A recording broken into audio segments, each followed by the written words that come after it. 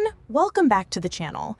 If you're seeing the error, a driver cannot load on this device, ASL.sys, AslOsys error typically occurs when a security setting blocks a driver, often related to ASUS software or hardware. To resolve this, you can try updating the driver, uninstalling and reinstalling the related software, or temporarily disabling memory integrity in Windows security. Don't worry, you're not alone.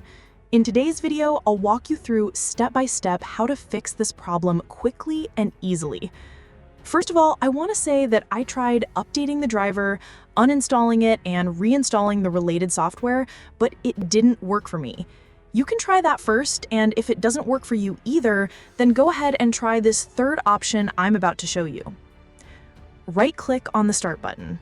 You can also press Windows key plus X as a shortcut.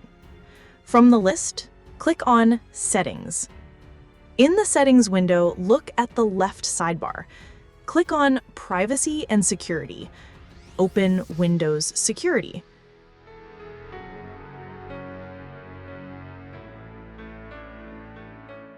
Go to Device Security.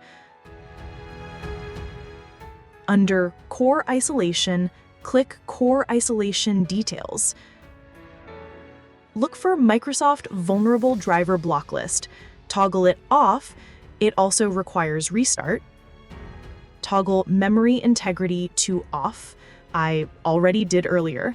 You'll be asked to restart your PC. Then close the Windows Security and Settings window. Now restart the computer.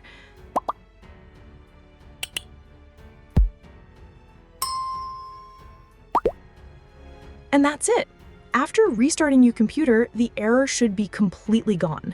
If this video helped you fix the issue, make sure to give it a thumbs up and share it with others who might be facing the same problem.